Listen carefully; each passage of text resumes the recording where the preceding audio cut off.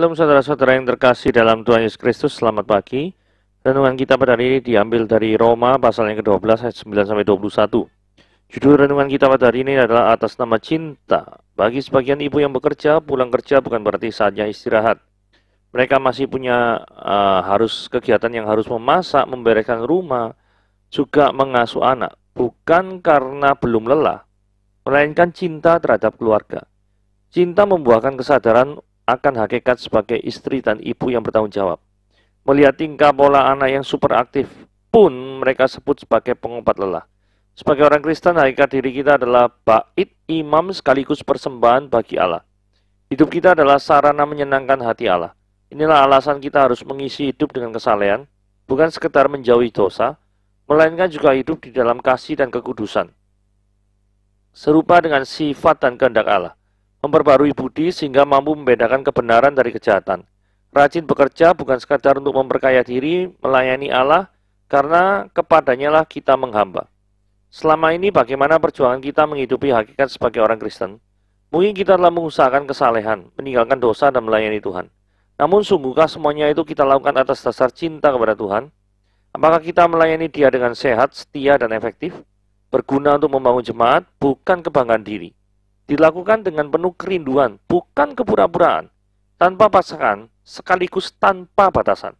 Tetap semangat melayani meski banyak merugi, sebab persembahan diri yang murni bagi Tuhan bukanlah umpan untuk mendapatkan keuntungan, melainkan dengan rela karena cinta demi menyenangkannya.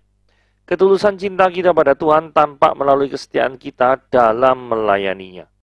Memiliki damai Kristus di tengah kesesakan, mungkinkah itu terjadi? Roma pasal yang ke-12 ayat 9-21. Hendaklah kasih itu jangan pura-pura. Jauhilah yang jahat dan lakukanlah yang baik. Hendaklah kamu saling mengasihi sebagai saudara dan saling mendahului dalam memberi hormat. Hendaklah janganlah kerajinanmu kendor. Janganlah hendaknya kerajinanmu kendor. Biarlah rohmu menyala-nyala dan layanilah Tuhan. Bersukacitalah dalam pengharapan, sabarlah dalam kesesakan dan bertekunlah dalam doa. Bantulah dalam kekurangan orang-orang kudus dan usahakanlah dirimu untuk selalu memberi tumpangan. Berkatilah siapa yang menganiaya kamu, berkatilah dan jangan mengutuk. Bersukacitalah dengan orang yang bersukacita dan menangislah dengan orang yang menangis. Hendaklah kamu sadis pikir dalam hidupmu bersama, janganlah kamu memikirkan perkara-perkara yang tinggi, tetapi arahkanlah dirimu pada perkara-perkara yang sederhana. Janganlah menganggap dirimu pandai, janganlah membalas kejahatan dengan kejahatan. Lakukanlah apa yang baik bagi semua orang. Sedapat-dapatnya kalau hal itu bergantung kepadamu, hiduplah dalam perdamaian dengan semua orang. Saudara-saudaraku yang kekasih, janganlah kamu sendiri menuntut pembalasan, tetapi berilah tempat pada murka Allah, sebab ada tertulis pembalasan itu adalah hakku. Akulah yang akan menuntut pembalasan, firman Tuhan. Tetapi jika seturumu lapar, berilah dia makan. Jika ia haus, berilah dia minum. Dengan berbuat demikian, kau menemukan bara api di atas kepalanya. Janganlah kamu kalah terhadap kejahatan, tetapi kalahkanlah kejahatan dengan kebaikan. Hendaklah kasih itu jangan pura-pura. Apakah kasih itu memang bisa pura-pura? Oh, tentu saja. Ketika kasih itu pura-pura, maka itu berarti kita sedang melakukan kejahatan. Duh, kok bisa? Karena gini ya. Saudara, perhatikan ini baik-baik. Hendaklah kasih itu jangan pura-pura. Jauhilah yang jahat dan lakukan yang baik.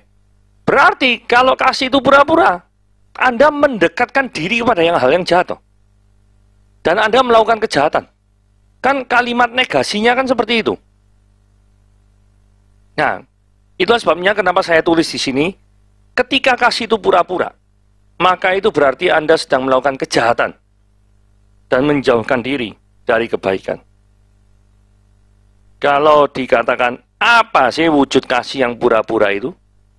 Jadi seolah-olah mengasihi, tapi tujuan dari tindakan tersebut adalah untuk kepentingan diri sendiri, bukan murni untuk orang yang dikasihi. Biasanya kasih yang sejati itu kasih yang berkorban. Berarti kasih yang pura-pura itu adalah kasih yang tidak mau berkorban. Betul ya? Gampangannya kan seperti itu. Nah, pertanyaannya, kasih saudara itu mau berkorban atau tidak? Gambaran kasih yang sejati Hendaklah kamu saling mengasihi sebagai saudara dan saling mendahului dalam memberi hormat. Saudara, saya garis bawahi, saya bold, saya bentuk miring italik gitu ya. Secara umum, ini penting ini ya. Ketika kita mengasihi saudara kita sendiri dengan ketulusan dan tidak pura-pura. Hubungan persaudaraan yang normal adalah hubungan yang saling mengasihi dan saling menghormati. Nah, ketika kita mengasihi saudara kita sendiri dengan ketulusan dan tidak pura-pura, itu menunjukkan kasih yang tulus. Jadi karena hubungan persaudaraan itu normalnya demikian, maka ini adalah gambaran yang paling tepat untuk menunjukkan kasih persaudaraan yang tulus itu seperti apa. Sekali lagi saya garis bawahi secara umum ya. Karena ada saja yang saling saudara, saling sekut ya ada, gitu. Terus kemudian kalimat yang penting di sini adalah saling mendahului dalam memberi hormat. Ini sikap yang rendah hati. Karena jika tidak ada yang mau memberi hormat atau menunggu untuk memberi hormat, maka ini adalah indikasi bahwa orang tersebut sombong. Jadi orang yang rendah hati itu selalu memberikan salam atau hormat pada orang lain. Tapi kalau orang itu merasa dirinya tinggi hati, maka yang terjadi adalah dia itu tidak mau memberikan hormat terlebih dahulu. Karena mungkin berpikir gini, buat apa saya menghormati orang lain yang tidak lebih dulu menghormati saya? Wah, jadi nunggu dia itu dihormati, maka dia baru mau menghormati orang lain. Dan ini berlawanan dengan ajaran Alkitab ya. 11. Janganlah hendaklah kerajinan kendor, biarlah rohmu menyala-nyala dan layanilah Tuhan. Apa yang membuat seorang itu menjadi luar biasa? Semangat yang berapi-api? Akan mengatasi segala rintangan yang ada? Yes. Yang membuat seorang yang itu menjadi luar biasa adalah ada semangat, ada roh yang menyala-nyala. Karena roh yang menyala-nyala dapat mengatasi segala rintangan yang ada. Di dalam seorang itu melayani Tuhan harus memiliki semangat yang berapi-api. Karena Tuhan sudah melakukan segalanya dengan cara mengutus Yesus untuk mati di salib bagi kita semua yang percaya kepadanya. Jikalau kita sudah menerima apa yang sebenarnya tidak pantas kita terima, apakah kita tetap melayaninya dengan sikap yang biasa-biasa saja? Sudah seharusnya kita melakukan dengan semangat yang luar biasa kan? Semangat yang berapi-api kan? Karena untuk menunjukkan rasa terima kasih kita terhadap segala karya luar biasa yang sudah Tuhan lakukan 2000 tahun yang lalu. Nah, ini kita akan membahas 3 sikap yang harus diambil. Bersukacitalah dalam pengharapan, sabarlah dalam kesesakan, dan bertekunlah dalam doa. Saudara, kalau kita lihat 3 aktivitas rohani ini mengindikasikan bahwa mengikut Tuhan itu tidak mudah. Loh kok bisa? Karena gini ya, konteks ayat ini ditulis itu adalah abad pertama. Abad pertama Romawi dijajah Israel. Di kitab Roma, Paulus dalam penjara. Paulus mengalami kesesakan, ketidaknyamanan, penderitaan gara-gara mengikut Tuhan. Memiliki sukacita. Ya kan, bersukacita lah ya.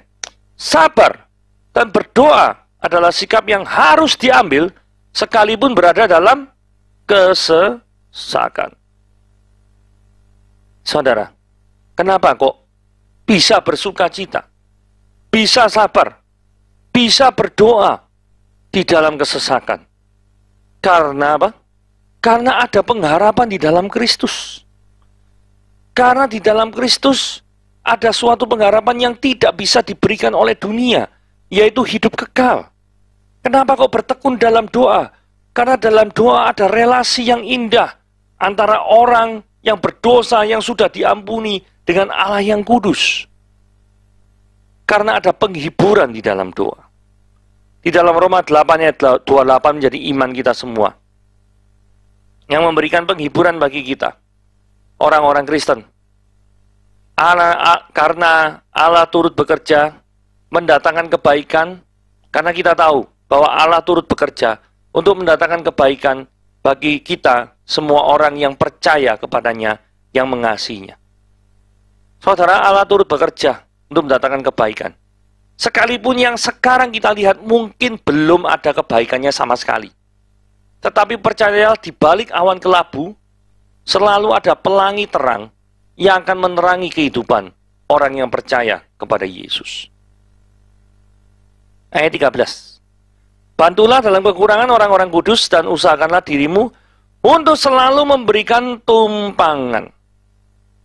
Saling memperdulikan kesulitan sesama adalah sikap yang harus diambil sebagai orang Kristen. Jadi sikap masa bodoh atau tidak peduli itu adalah sikap yang tidak alkitabiah. Karena ini dikatakan bantulah dalam kekurangan orang-orang kudus. Terus kemudian usahakan dirimu untuk memberikan tumpangan. Memberikan tumpangan artinya menjadikan hidup kita menjadi bagian bagi hidup orang lain. Karena menyadari bahwa apa yang kita miliki itu sebenarnya bukan milik kita, tetapi milik Allah. Ayat 14. Berkatilah siapa yang menganiaya kamu, berkatilah jangan mengutuk. Suatu sikap yang tidak natural di tengah kehidupan orang yang berdosa. Betul nggak? Ketika seseorang hidupnya dijamah oleh Kristus, maka sikap memberkati orang yang menganiaya kita adalah sesuatu yang mungkin. Betul ya? Ketika seseorang hidupnya dijamah oleh Kristus, maka sikap memberkati orang yang menganiaya kita adalah sesuatu yang mungkin. Karena Kristus di kayu salib itu berdoa kepada Bapa, Bapa ampunilah mereka sebab mereka tidak tahu apa yang mereka perbuat. Dan ini keteladanan Kristus ini ya. Karena memang secara natural orang itu adalah menganiai mengutuk orang yang menganiaya kita. Dan ini disuruh memberkati siapa yang menganiaya kita nih. Gimana caranya ini? Saudara, saya pernah melihat film yang berjudul Hiding Place. Ini film lama sekali tahun 1975 ya. Film ini mengisahkan tentang seorang yang bernama Corrie ten Boom. Jadi seorang yang menyembunyikan tentara-tentara perang dari Nazi Jerman. Karena kalau misalkan ketemu sama Nazi Jerman, maka yang terjadi adalah dibunuh. Nah, suatu ketika, keluarganya Corrie ten Boom yang melakukan penyembunyian ini ketahuan dan ditangkap dan dipisah-pisah. Dipisah antara papanya, dia, cecenya, dan lain sebagainya ya. Dan yang terjadi adalah papanya itu meninggal, digas gitu ya. Pokoknya di kamar gas lah ininya, meninggal.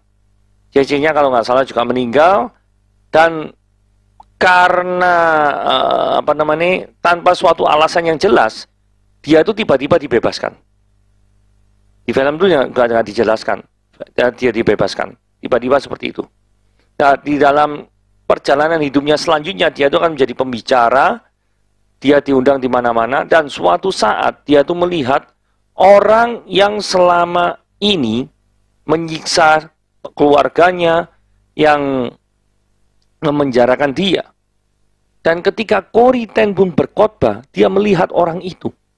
Dan sebagaimana kebiasaan daripada gereja-gereja, yaitu ketika para jemaat keluar, maka pendetanya atau pembicaranya itu ada di depan untuk bersalaman.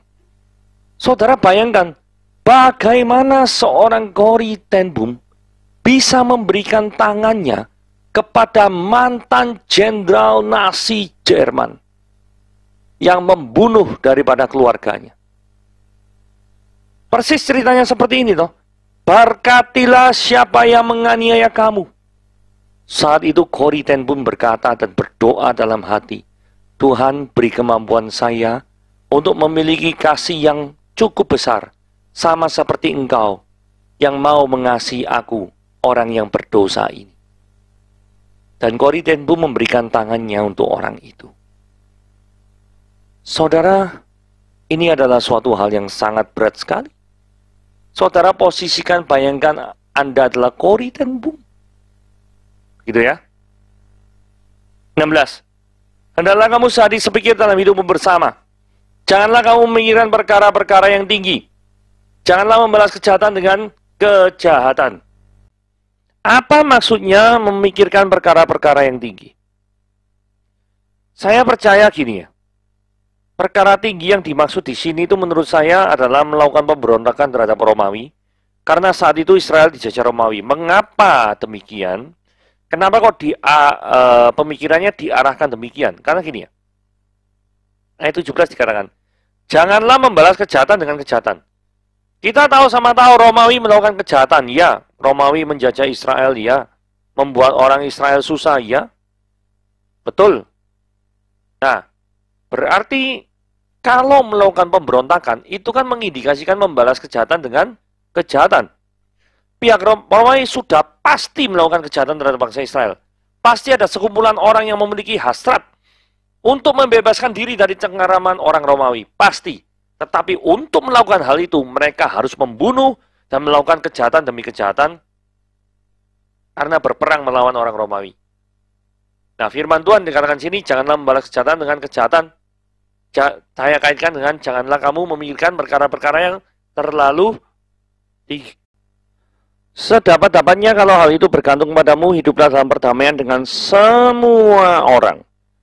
Melakukan ayat 18 ini tidak mudah ya. Karena banyak orang sekitar kita tuh dengan mudah bisa mengecewakan kita, benar nggak? Karena kita hidup di lingkungan yang berdosa. Maka sangat mungkin kita disakiti oleh keberdosaan mereka yang selfish, yang mementingkan diri sendiri, yang mengorbankan kepentingan orang lain supaya dirinya untung, tidak ngurus orang lain buntung seperti apa, gak ngurus. Saudara, damai Kristus kalau sudah memerintah daripada hati kita, itu bisa membuat segalanya mungkin. Maksudnya mungkin dalam pengertian hidup damai dengan semua orang. Saya memang mengakui kita memang sulit untuk hidup damai dengan semua orang. Karena tidak semua orang suka sama kita. Misalkan kita suka pada kebenaran, tidak semua orang suka hidup dalam kebenaran. Tidak semua orang mau diomongi supaya hidup benar di hadapan Tuhan. Tidak semua orang mau hidupnya diterangi oleh firman Tuhan. Tidak semua orang. Oke? Itulah sebabnya kenapa terjadi konflik antara orang yang percaya dan orang yang belum percaya sama Tuhan. Ayat 19. Saudara-saudaraku yang kekasih, janganlah kamu sendiri menuntut balas, tapi berilah tempat kepada murka Allah. Saudara, kenapa kok Allah bertindak kita berdiam diri? Mengapa kita tidak boleh menuntut balas? Karena seringkali apa yang kita balas pada orang lain melebihi daripada apa yang seharusnya diterima oleh orang tersebut. Kecenderungan kita adalah kita ingin membuat orang lain tersakiti, melebihi daripada sakit yang pernah kita rasakan. Keberdosaan manusia lah yang membuat pembalasan yang dilakukan oleh manusia ini tidak adil. Jadi, saking ngamuknya kita terhadap orang tersebut, maka seringkali hukuman yang kita pengen orang itu tanggung itu hubungan yang maksimal. Kita tidak peduli derajat daripada kesalahannya itu tingkat grade A, grade B, grade C. Tidak peduli. Pokoknya hukumannya harus maksimal. Karena kayak gitu kan sudah tendensius. Itu sebabnya karena pikiran kita terdistorsi oleh dosa. Maka firman Tuhan berkata, pembalasan adalah hakku. Gitu ya. 20. Tetapi jikalau seterumu lapar, berilah dia makan. Jika ia haus, berilah dia minum. Jangan berbuat demikian kamu menumbuhkan bara api di atas kepalanya. Kalimat berwarna merah ini maksudnya apa toh? Ini adalah ungkapan di Israel yang berarti mempermalukan seseorang. Ketika seseorang itu malu, maka orang itu akan menghentikan perilakunya yang memalukan. Logikanya kan gitu. Nah, bagaimana caranya orang itu kok bisa malu terhadap dirinya sendiri? Karena orang itu kan musuhan sama kita. Orang yang musuhan sama kita, seharusnya kalau dia lapar, ya kita biarin aja dia. Tapi nyatanya, orang yang justru dimusuhi dia, itu adalah justru menjadi orang yang paling peduli terhadap dia. Karena ketika dia haus, dia diberi minum. Ketika dia lapar, dia diberi makan. Padahal itu musuh. Nah, ketika dia menerima perilaku yang seperti itu, maka mulailah dia berpikir ulang. Memang haruskah saya memusuhi orang yang memberikan saya makan? Haruskah saya memusuhi orang yang memberikan saya minum? Bukankah mereka adalah orang yang mengasihi saya? Jikalau mereka benar mengasihi saya dengan tulus, mengapakah atau atas dasar apakah saya harus membenci mereka? Itulah yang namanya menumpukan bara api di atas kepalanya. Jadi firman Tuhan mengajarkan kita membalas kejahatan dengan kebaikan, bahkan memenuhi kebutuhan pokok pihak musuh.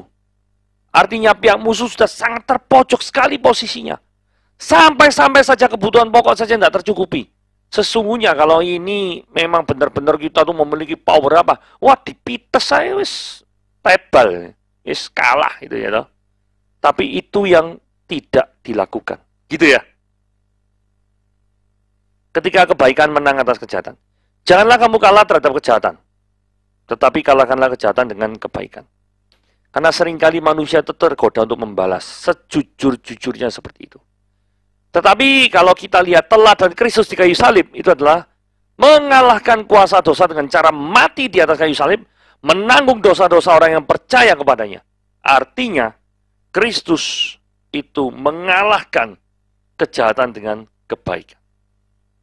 Kejahatan setan yang ingin menghancurkan hidup manusia dikalahkan oleh kuasa kasih Kristus di kayu salib yang memulihkan kondisi manusia. Hiduplah di dalam Kristus, alamilah kasih-Nya, dan sebarkanlah kasih itu kepada lingkungan sekitar Anda, sehingga damai Kristus bisa memerintah di atas hati Anda dan berkarya terus di dalam kehidupan Anda. Tuhan Yesus memberkati.